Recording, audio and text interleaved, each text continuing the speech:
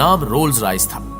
नवाब of Bahawalpur यानी सादिक मोहम्मद खान ने showroom के अंदर जाकर इसकी कीमत और दीगर खसूसियात के बारे में पूछना शुरू कर दिया, तो सेल्समैन ने समझा कि दीगर लोगों की तरह ये भी इनका वक्त जाया कर रहे हैं, तो उसने इनसे कहा कि आप जाएं, ये कार खरीदना आपके बस की बात नहीं है, क्योंकि ये कार अंग्रेजी खरीद सकता है जिसके पास वाफिर मिकदार में दौलत मौजूद है।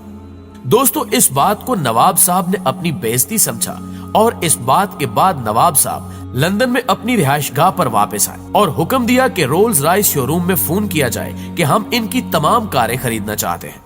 हुक्म की तामील हुई, फोन किया गया और नवाब साहब रिहाइशगाह से शोरूम की जानिब रवाना हो गए। मतलूबा जगह पर पहुंचने के बाद रोल्स रॉयस शोरूम के स्टाफ ने नवाब ऑफ बहावलपुर का पुरतपाक इस्तकबाल किया और नवाब साहब के इस्तकबाल के लिए रेड कारपेट बिछाया गया।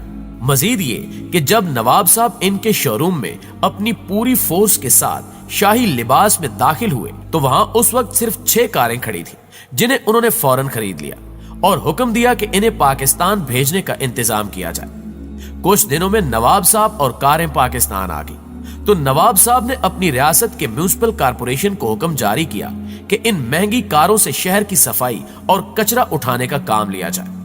तारीख के मुताबिक ये वाकया सन 1969 का है। चूंकि रियासत के नवाब का हुक्म था तो कैसे न माना जाता। बहावलपुर म्युनिसिपल कारपोरेशन ने इन गाड़ियों के आगे झाड़ू लगाकर शहर भर की सफाई शुरू कर दी।